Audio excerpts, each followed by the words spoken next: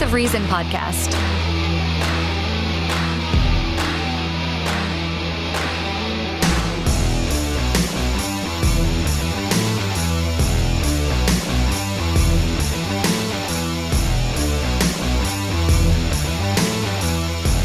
Here are your hosts, Sean Phillips, Andy Van Beber, and Travis Kirkendall. Well, good evening, everybody. My name is Andy Van Beber. Welcome to the Voice of Reason podcast. I am joined by myself. Sean is at the airport getting ready to come home. He wanted to be on tonight's show. We were going to just do a standard recording tonight and then do the broadcast on Thursday. But so those of you who are watching live tonight, we are going to be doing an encore presentation of this on Thursday. So for those of you who are watching us on Thursday, you missed out, but it was my fault because I didn't put all the information on the website because I just, as an uninformed government teacher, I did not know about the debate tonight. So does that make me a very bad teacher? I think it does, but I'm going to deal with it. So it is what it is. We have all formats running this evening. We have TikTok, we have Facebook, we have Twitch, we have YouTube, all streaming live tonight. And we just want to thank all of our listeners, our normal listeners, for coming on back at our old time. Tuesday night used to be our old time, then Monday night, now we're doing Thursday nights. But we will be doing an encore broadcast on Thursday night. And I would encourage, share with your friends. You say, well, I want to have a good format to watch on. Maybe this won't be it, but if you want to have this playing on your phone while the debate's going on, that's fine. We're going to be going, so the way the format's going to work tonight is we're going to be going back and forth between I'll actually be on the bottom of the screen. I can't show the screen right now because it is, we're going to be tag teaming on with the public broadcast. So it is public domain. So we're not violating TikTok. Please don't ban me. But we are going to be using the public domain live non-debate or what do you want to say? The non-network feed. So that's what we're going to be going on tonight. Low audio. Okay. Tell me how that is. Is that better, Jonathan? Does that sound better like that? Low audio. Am I a little bit louder now? A little bit louder now. A little bit louder now. Okay. Hopefully that will work and bring us up a little bit. So, anyway, what this debate is going to be looking like. Let's do a live look in on this.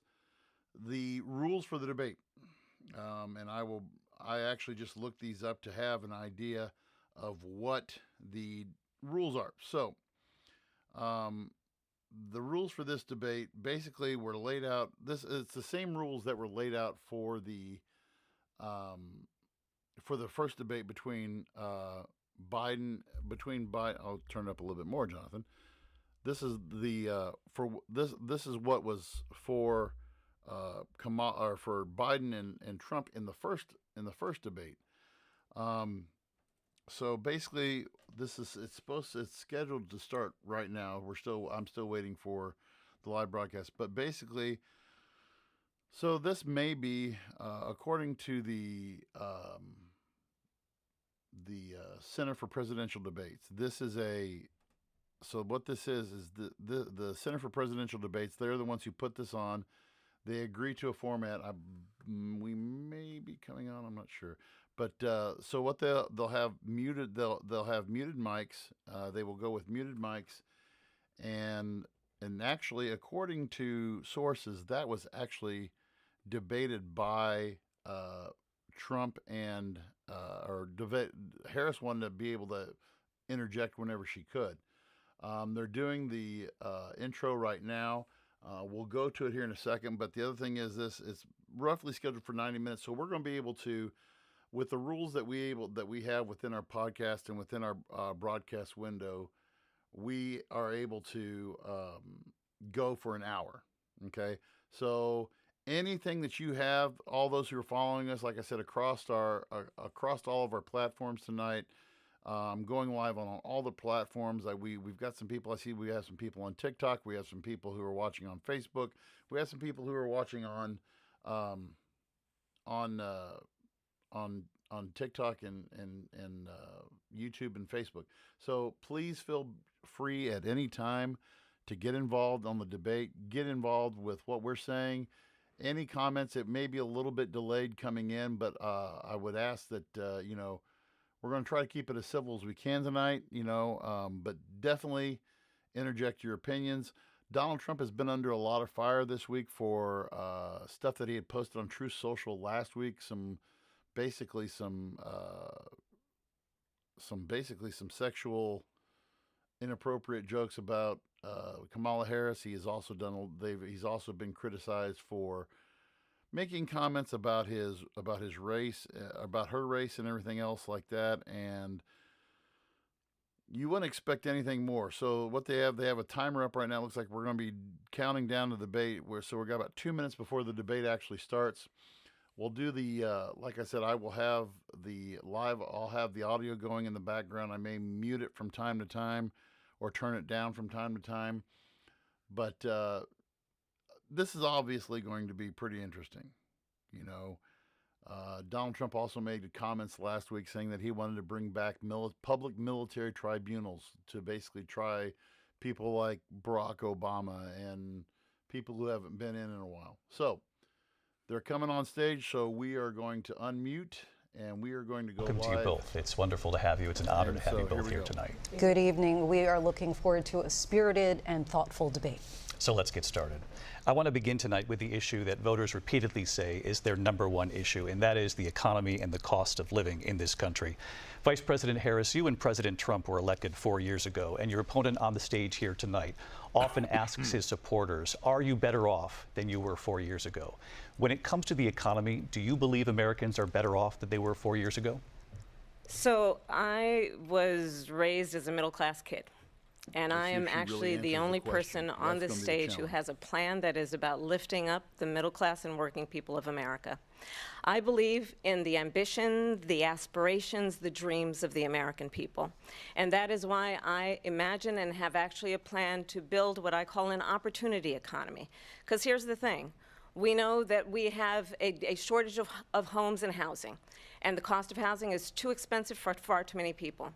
We know that young families need support to raise their children, and I intend on extending a tax cut for those families of $6,000, which is the largest child tax credit that we have given in a long time, so that those young families can afford to buy a crib, buy a car seat, buy clothes for their children.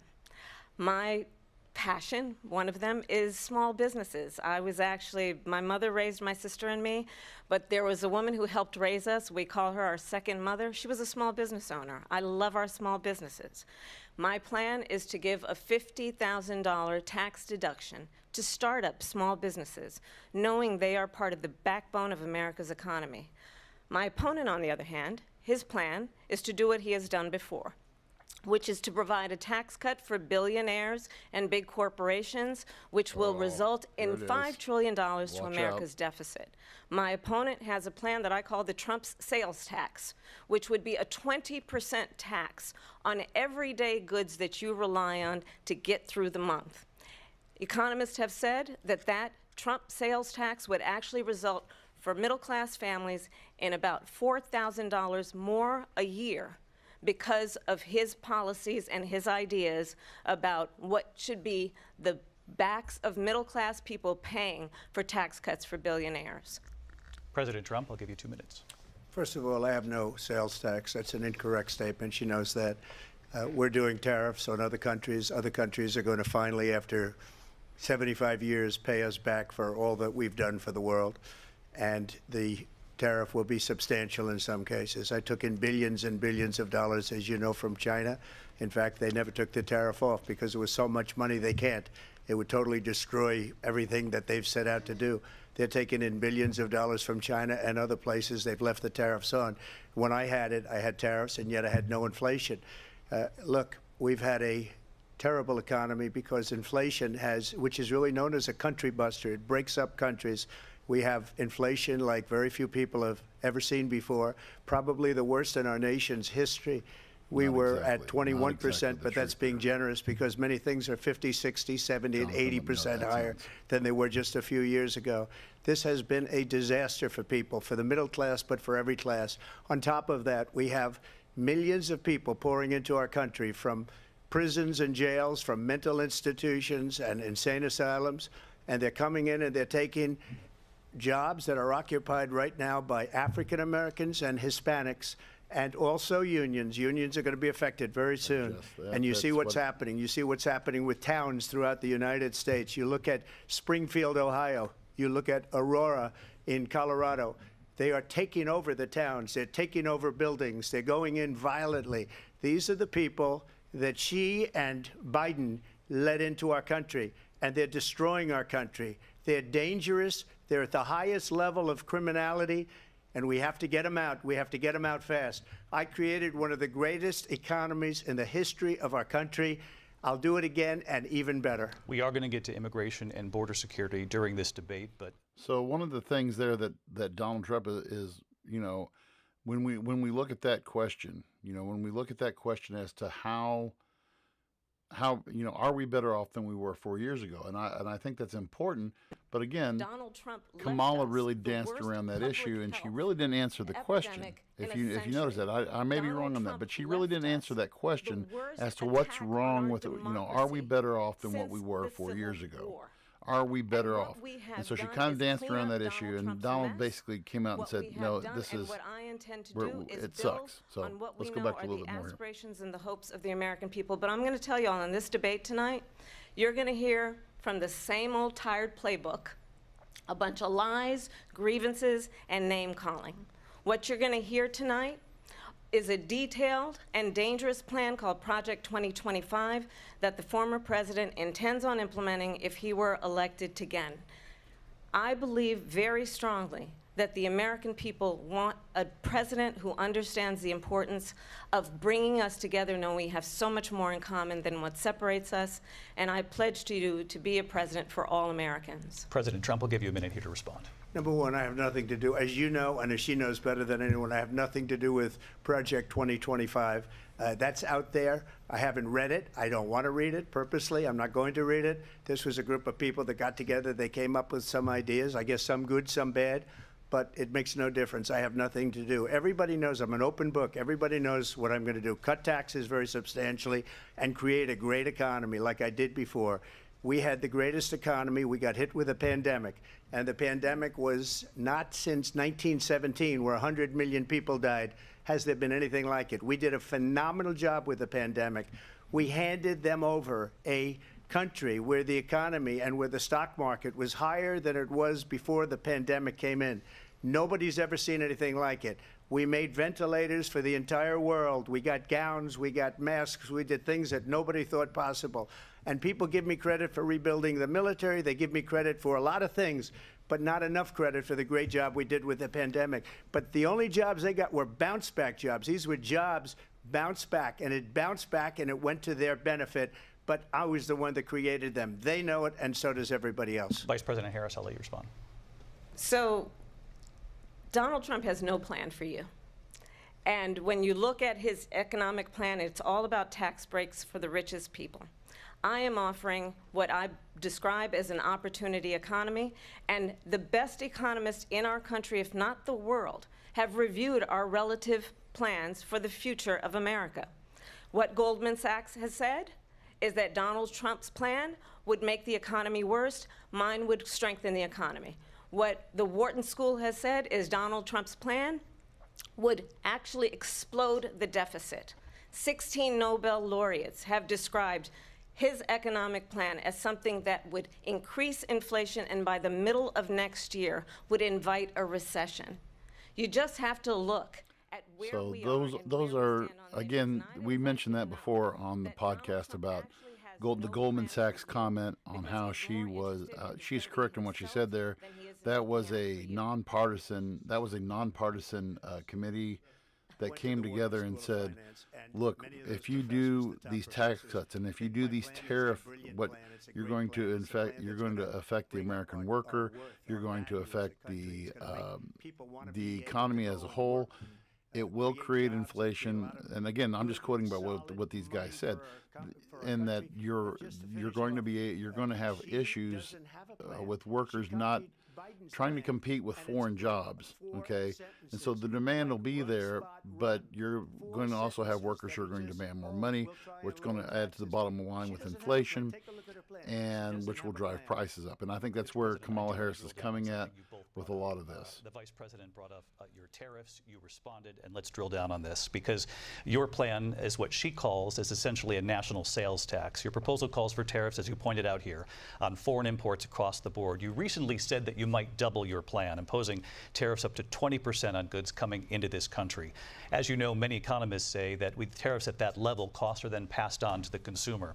Vice President Harris has argued it'll mean higher prices on gas, food, clothing, medication, arguing it costs the typical family nearly $4,000 a year.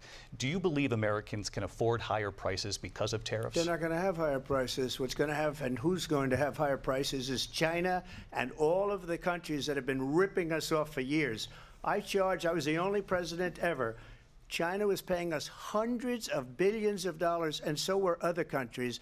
And, you know, if she doesn't like them, they should have gone out and they should have immediately cut the tariffs. But those tariffs are there 3.5 years now under their administration.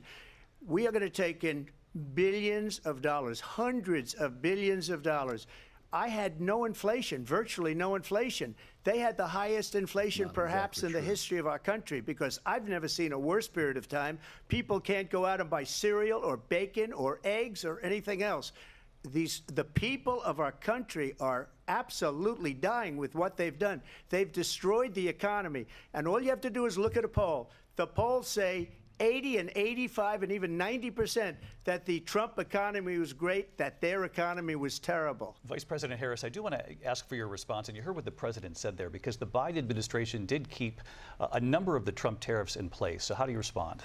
Well, let's be clear that the Trump administration resulted in a trade deficit, one of the highest we've ever seen in the history of America.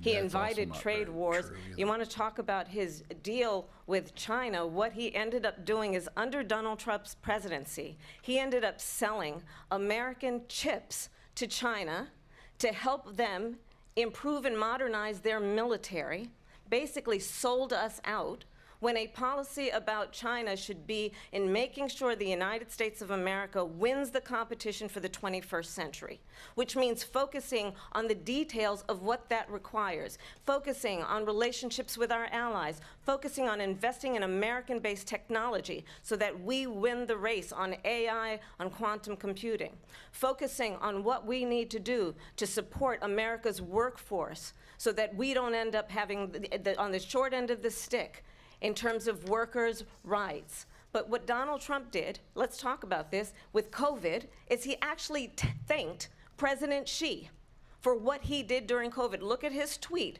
"Thank you, President Xi," exclamation point, when we know that Xi was responsible for lacking and not giving us transparency about the origins of COVID.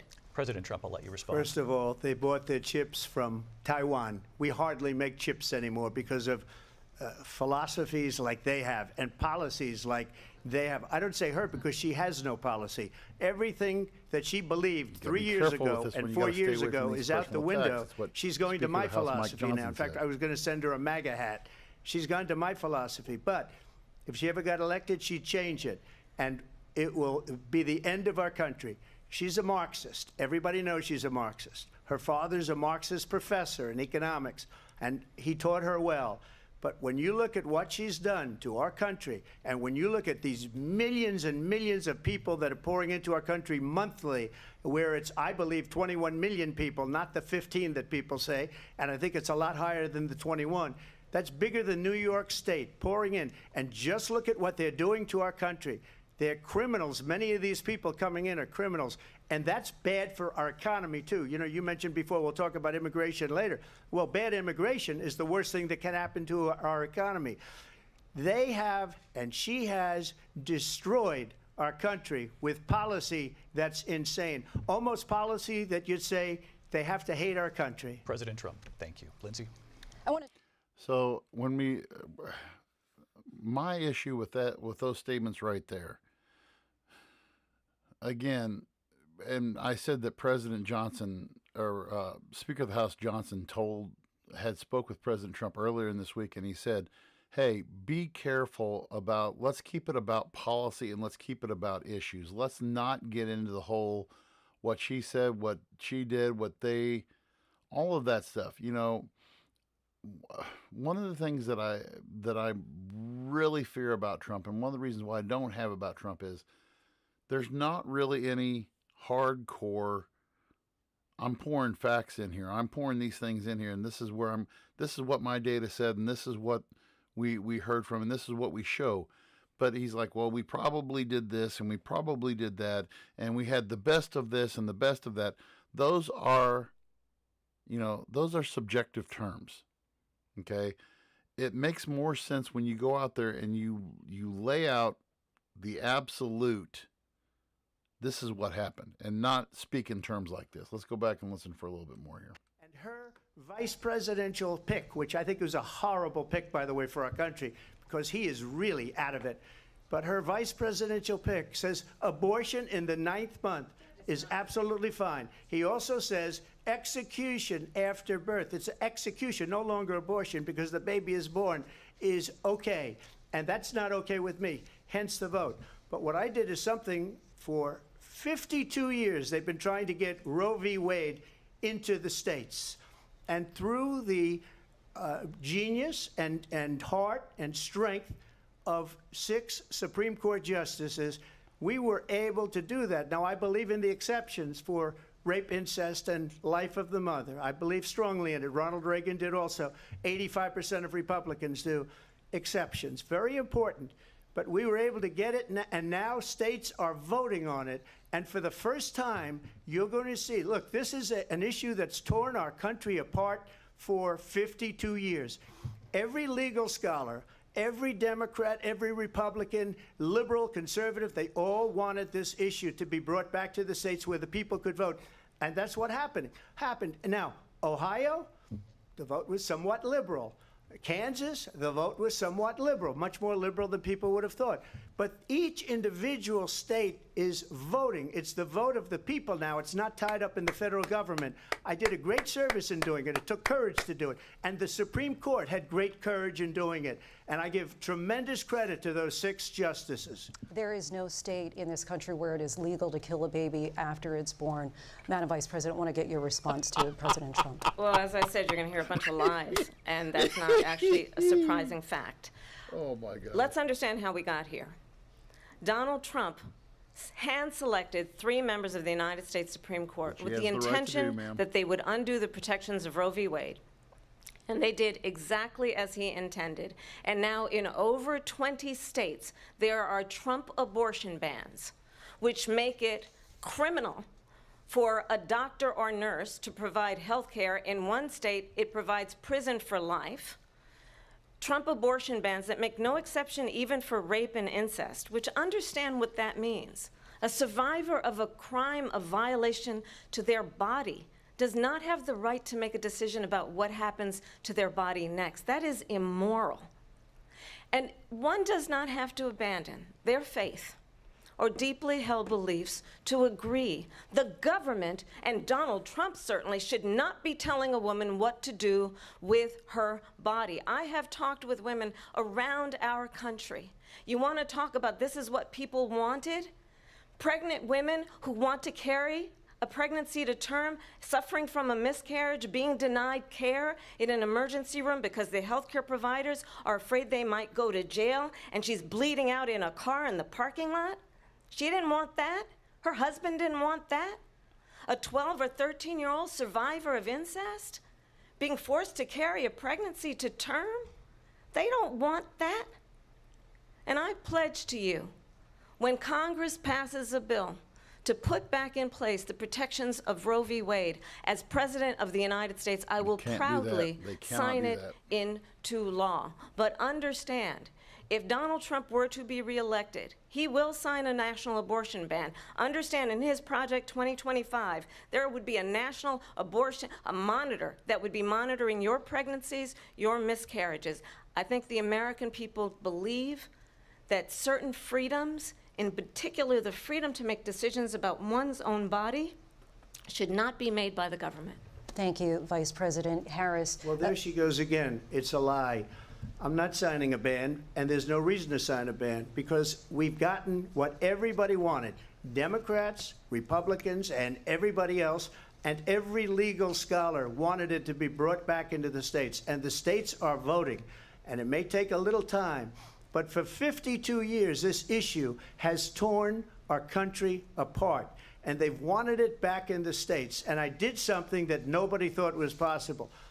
The states are now voting. What she says is an absolute lie. And as far as the abortion ban, no, I'm not in favor of abortion ban, but it doesn't matter because this issue has now been taken over by the states. Would you veto a national abortion ban if it came to Well, I your won't desk? have to because, again, two things. Number one, she said she'll go back to Congress. She'll never get the vote. It's impossible for her right. to get the vote. Exactly right. Especially now with the 50-50, and essentially 50-50 in both Senate and the House. She's not going to get the vote. She can't get the vote. She won't even come close to it. So it's just talk. You know what it Actually reminds true. me of? When they said they're going to get student loans terminated, and it ended up being a total catastrophe. The student loans, and then her, I think probably her boss, if you call him a boss, he spends all his time on the beach. But look. So I'm going to cut it off right there because, again, that's not what you need to be focusing on. But and I totally agree with that's one thing that I agree with the president on. And actually, I have a disagreement with my wife and myself have a disagreement on this very topic. But it's not a ban on abortion. I think people have kind of saw what. And he's right. This is what happened within the states. This is what happened when we did it on the national level. We had this nationwide thing, and the way that Roe v. Wade was set up was it basically had the trimester rule. Within the first 3 months, no state government, no local government can do anything to stop an abortion. Okay, 4 through 6 months. Okay, that was left to the states to make whatever protections in place they wanted to put on that and say, okay, you can do this, this, this, and this, but you can't do this, this, and this. Okay, as far as, for example, the Pennsylvania Abortion Control Act. Pennsylvania had still has one of the toughest abortion control acts on record. In Pennsylvania, you have to do a 24-hour counseling period where they tell you everything about it, and then you have to go home and think about it, sleep on it. Then you had to, if you were married, you had to get basically the father had to sign off on it. And then you had to, what was the other thing? And anybody under the age of 17 parents had to be notified. And that's just, I'm not saying yes or no to that. I'm just saying that's what Pennsylvania put out there and put in place. Okay. And so Donald Trump was correct in saying this was a thing that was done by the states. This was to give it back to the states. And I think that one of the issues that people have it's a ban on abortion. It's not a ban on abortion. Okay, now, the part where I disagree with what happens is because there are some states that say, okay, we're going to, in no case are you going to be allowed for abortion, but there's no writing in the books. For example, in the state of Missouri, there's nothing on the books that say, okay, if a woman is having an ectopic pregnancy, if she is bleeding out, if she's doing this, you can't treat her. And I think in these situations, what they're looking at is worst case scenario. I may be wrong, and if you want to chime in on this, please do. I've got the chat box up right now, and I'm looking at it. So if I'm wrong on this, please correct me. But he's saying, let's leave it to the states. And I think Kamala here is going with worst case scenario. Worst case scenario. Now, is Donald Trump way off base when he says, the whole thing, nobody's going to kill. And I applaud the news anchor there who said, you can't, that's murder. That's straight up murder when you kill a baby after it's born. That's murder. That's ridiculous, Donald Trump. And so to make that's a gaffe on his part, I believe, that for him to be able to say something like that and to make that kind of statement. So, you know, let's look at this. Let's listen to this exchange. This looks like this is interesting. The 8th month, the 9th That's month, not true. and probably after birth. Just look at the governor, former governor of Virginia. The governor of Virginia said, we put the baby aside and then we determine what we want to do with the baby. President Trump, thank you. We're going to turn now to immigration and border security. We know it's an issue that's important to Republicans, Democrats, voters across the board in this country. Vice President Harris, you were tasked by President Biden with getting to the root causes of migration from Central America. We know that illegal border crossings reached a record high in the Biden administration. This past June, President Biden imposed tough new asylum restrictions. We know the numbers since then have dropped significantly. But my question to you tonight is, why did the administration wait until 6 months before the election to act? And would you have done anything differently from President Biden on this? So I'm the only person on this stage who has prosecuted transnational criminal organizations for the trafficking of guns, drugs, and human beings. And let me say that the United States Congress, including some of the most conservative members of the United States Senate, came up with a border security bill which I supported. And that bill would have put 1,500 more border agents on the border to help those folks who are working there right now overtime trying to do their job. It would have allowed us to stem the flow of fentanyl coming into the United States. I know there are so many families watching tonight who have been personally affected by the surge of fentanyl in our country. That bill would have put more resources to allow us to prosecute transnational criminal organizations for trafficking in guns, drugs, and human beings. But you know what happened to that bill? Donald Trump got on the phone, called up some folks in Congress, and said, kill the bill. And you know why? Because he'd prefer to run on a problem instead of fixing a problem. And understand, this comes at a time where the people of our country actually need a leader who engages in solutions, who actually addresses the problems at hand. But what we have in the former president is someone who would prefer to run on a problem instead of fixing a problem. And I'll tell you something, he's going to talk about immigration a lot tonight, even when it's not the subject that is being raised. And I'm going to actually do something really unusual, and I'm going to invite you to attend one of Donald Trump's rallies, because it's a really interesting thing to watch. You will see during the course of his rallies, he talks about fictional characters like Hannibal Lecter. He will talk about windmills cause cancer. And what you will also notice is that people start leaving his rallies early out of exhaustion and boredom. And I will tell you, the one thing you will not hear him talk about is you.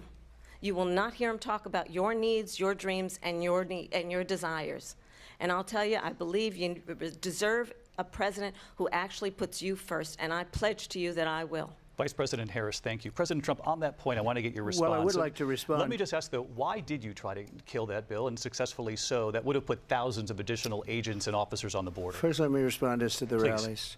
She said people start leaving. People don't go to her rallies. There's no reason to go. Oh, and my God. the people Here it that do is. go, she's Here it bussing is, them in folks. and Pay paying them attention. to be there. Pay attention. And then showing them in a different light.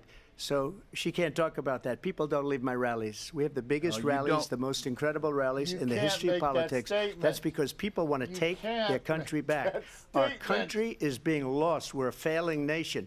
And it happened 3.5 years ago. People don't and leave my rallies. What's They don't going leave on my here, rallies. you're Let going to me end tell up you, in they don't World leave War my III, rallies. just to go into another subject. Oh, my God. What they have done to our country by allowing these millions and millions of people to come into our country, and look at what's happening to the towns all over the United States. And a lot of towns don't want to talk. It's not going to be Aurora or Springfield. A lot of towns don't want to talk about it because they're so embarrassed by it. In Springfield, they're eating the dogs, the people that came in. Here we They're go. eating the Here we cats. go. They're eating the pets of the people that live there. And this is what's that true? happening in Now our we gotta do country. a fact And check. it's a Is that something shame. that's actually As far true? as rallies are concerned, as far as the reason they go is they like what I say. They want to bring our country back. They want to make America great again. It's a very simple phrase, make America great again. She's destroying this country, and if she becomes president, this country doesn't have a chance of success. Not only success, we'll end up being Venezuela on steroids.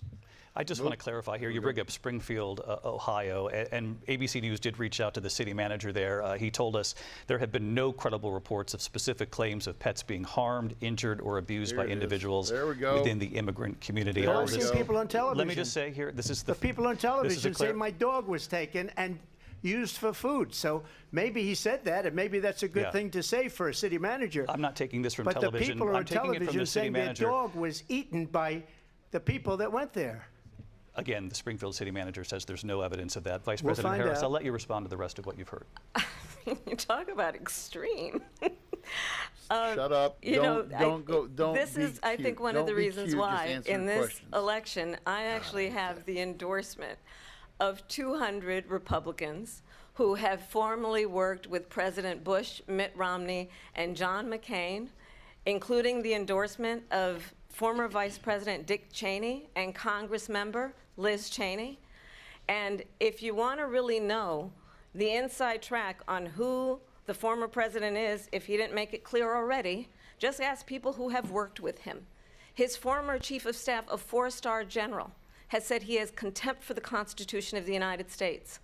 His former national security advisor has said he is dangerous and unfit.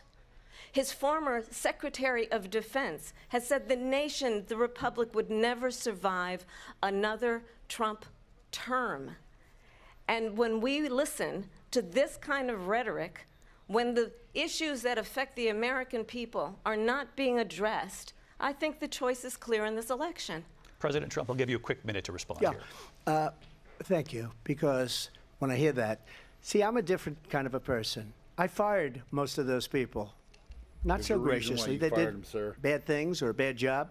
I fired them. They never fired one person.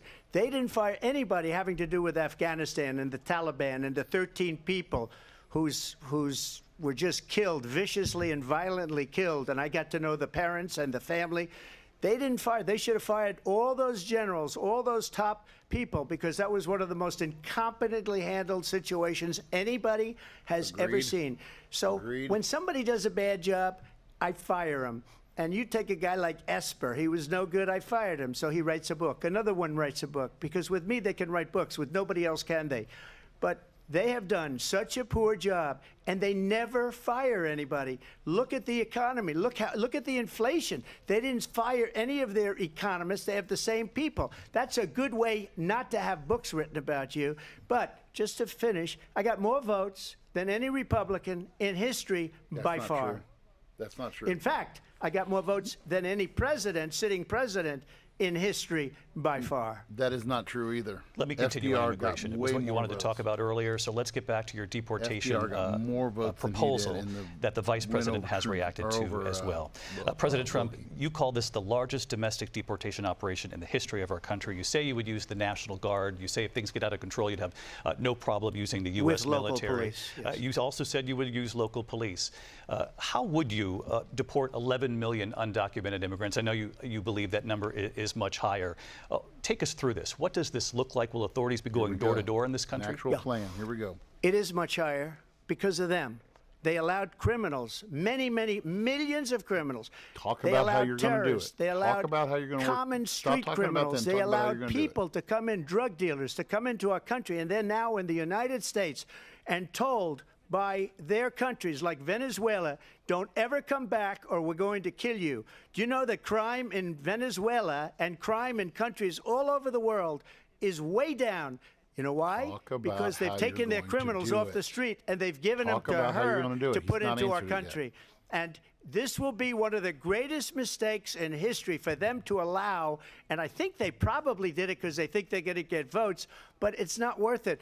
Because they're destroying the fabric of our country by what they've done. There's never been anything done like this at all. They've destroyed the fabric of our country. How are you going to do it? Millions of people let in. And all over the world, crime is down. All over the world except here. Crime here is up and through the roof, despite their fraudulent statements that they made. Crime in this country is through the roof. And we have a new form of crime. It's called migrant crime, and it's happening at levels that nobody thought possible. President Trump, as you know, the FBI says overall violent crime is hasn't actually answered coming the down question. in this country. But Vice Excuse President me, Harris, the FBI they were defrauding statements. They didn't include the worst cities. They didn't include the cities with the worst crime. It was a fraud, just like their number of 818,000 jobs that they said they created turned out to be a fraud. President Trump, thank you. I'll let you respond, Vice President Harris. Well, I think this is so rich, coming from someone Stop who has doing been that. prosecuted Stop doing that. Answer the question. for national security crimes, economic crimes, election interference,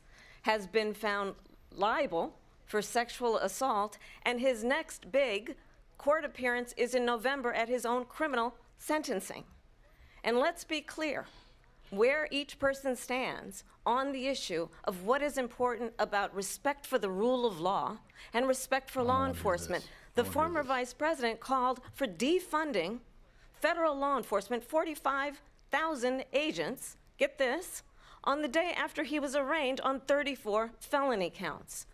So let's talk about what is important in this race. It is important that we move forward, that we turn the page on this same old tired rhetoric and address the needs of the American people, address what we need to do about the housing shortage, which I have a plan for, address what we must do to support our small businesses, address bringing down the price of groceries.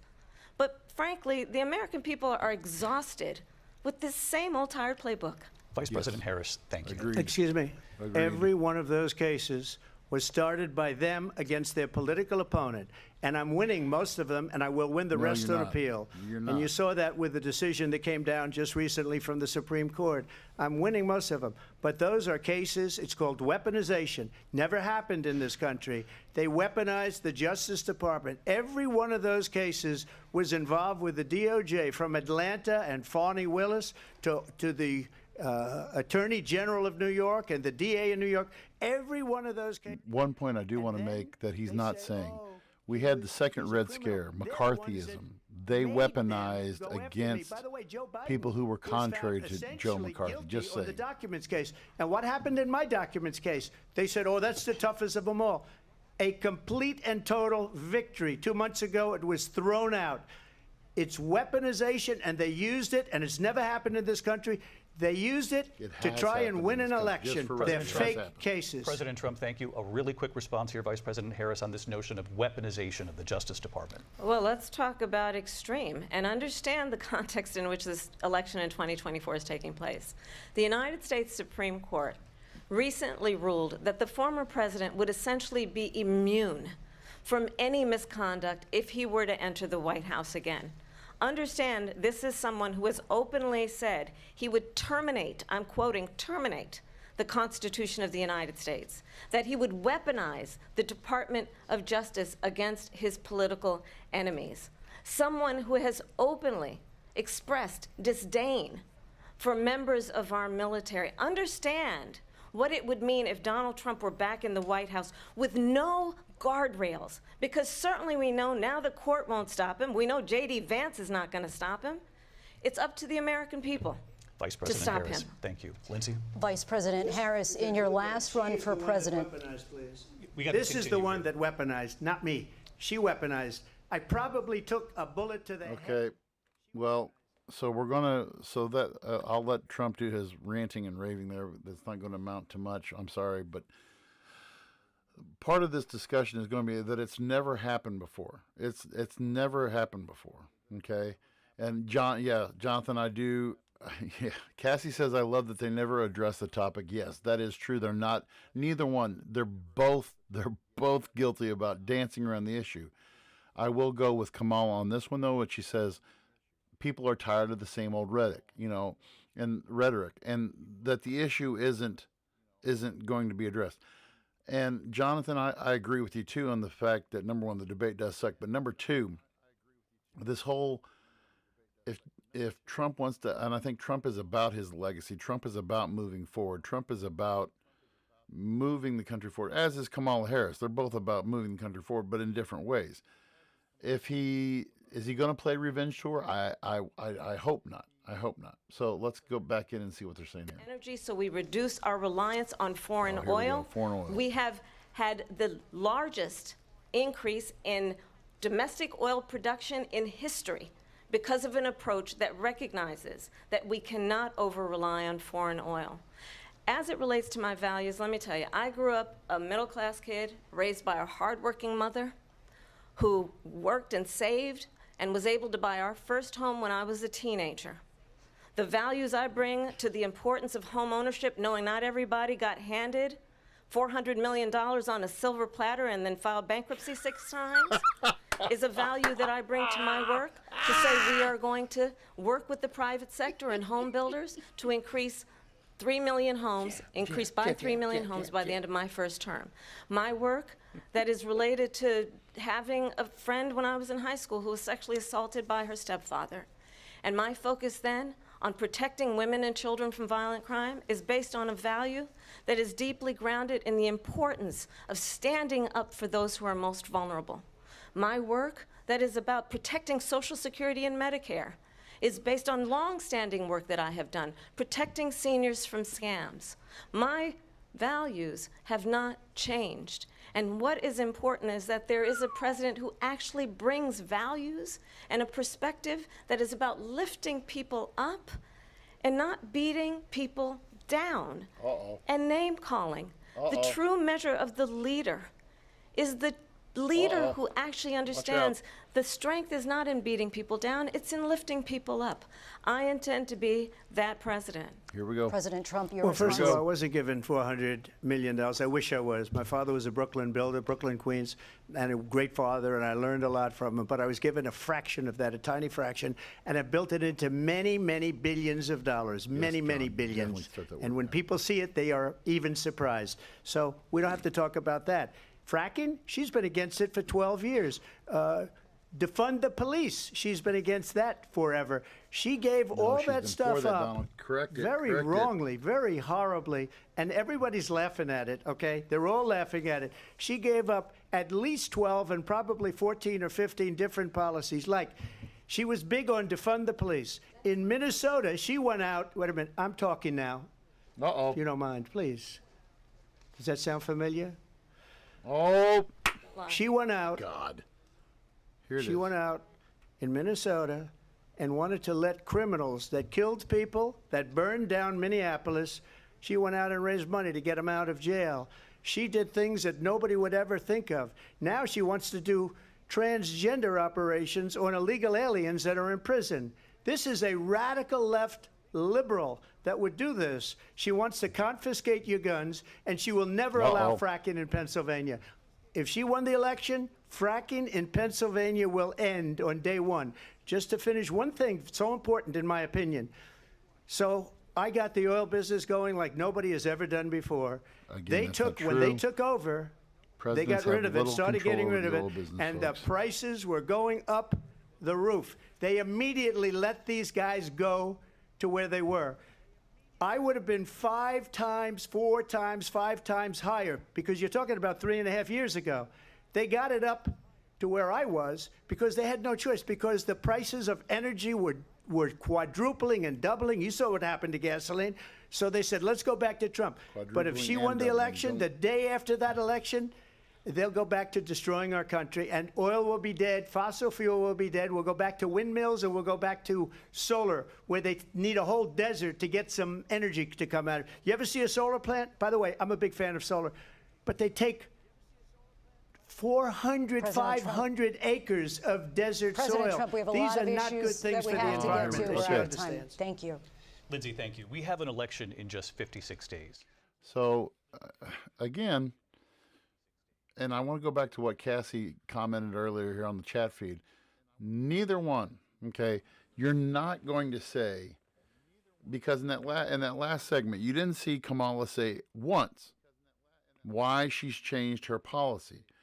And kudos to President Trump there for addressing, number one, her whole thing on, on fracking oil. Oh, we support the American business, and we're going to. Yeah, she's against that. Okay. the belief that a president is directly related to gas prices. Let's talk about why gas has gone up. Okay, we've had this discussion before, and you can disagree with me if you want to, but the discussion that we've had about this before is because when the price of wages go up, that drives up everything more. Okay, so when you increase wages, your local business is going to do more to cover their costs. They have to raise prices.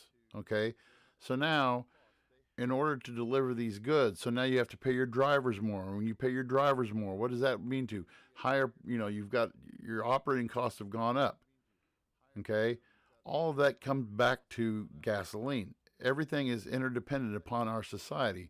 And so when one thing goes up, you can't just say, well, we're going to let this ride by itself.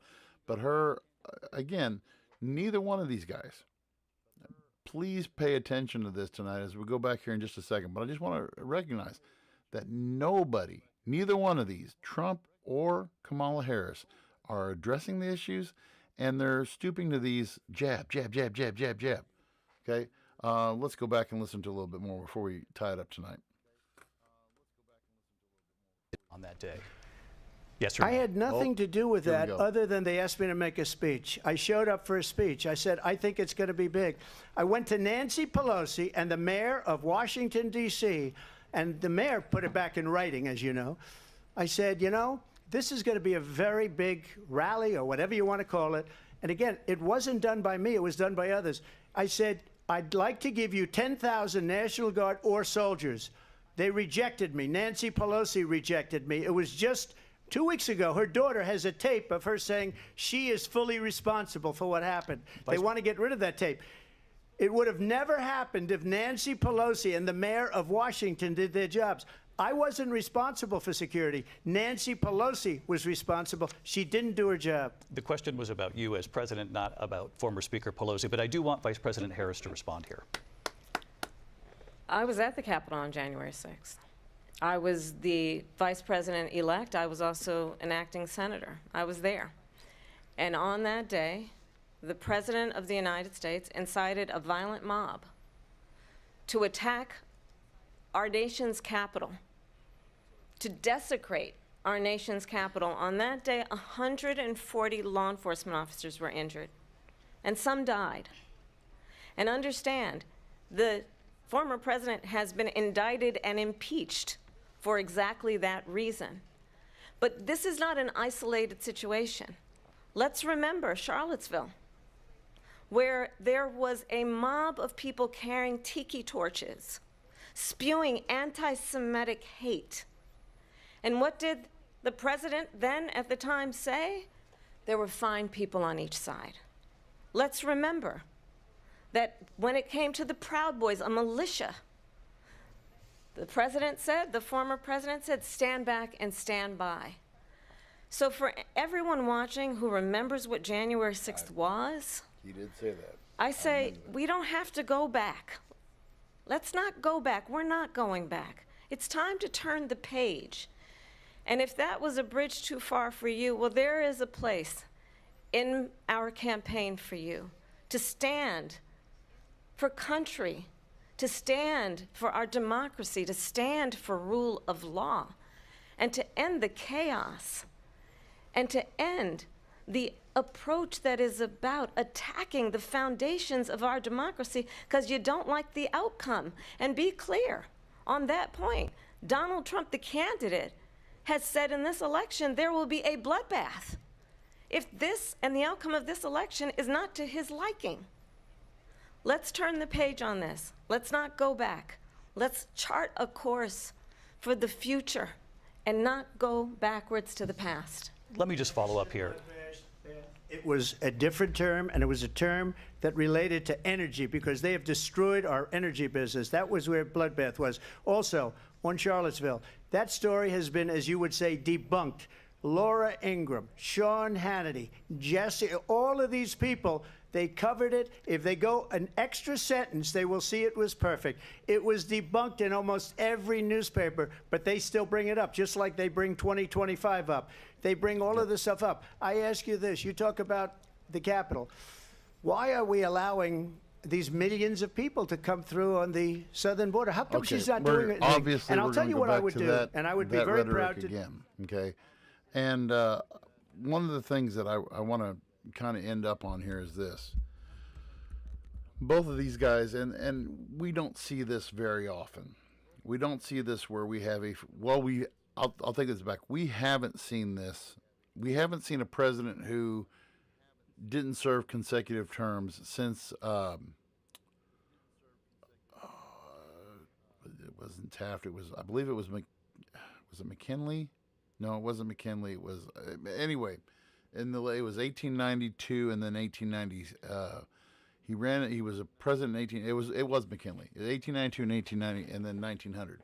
Okay, and so we haven't seen a situation like this where we have a former president and a current sitting vice president who are running against each other. So these guys both have a record. These guys both have a standing and say, we did this, okay?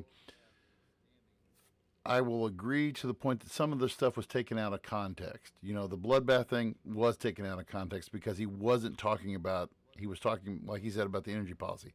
However, you know, say what you want to say. He was saying, Proud Boys stand by and, you know, stand back and stand by. Okay? How can that be taken? I'm going to, even though I didn't agree with what Donald Trump said on January the 6th when he was there at the Capitol, as a citizen of the United States, he has the right to free speech. Did they go through the proper channels? Yes. Because he did mention, you know, they talked, his committee put together, got the permits to have that rally. They got the permission and the permits from the protection of the police to let them march to the Capitol. Okay? Where you cross that line, Cleveland, thank you. President Cleveland. I knew it wasn't McKinley, it was Cleveland. Thank you, Jonathan, on that. But what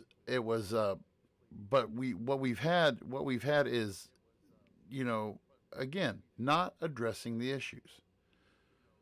President Trump is going to have to, in the long run, I'll just back up. In the long run, this isn't going to matter because no matter who you are, you're not going to change anybody's mind about January the 6th. That is a dead issue.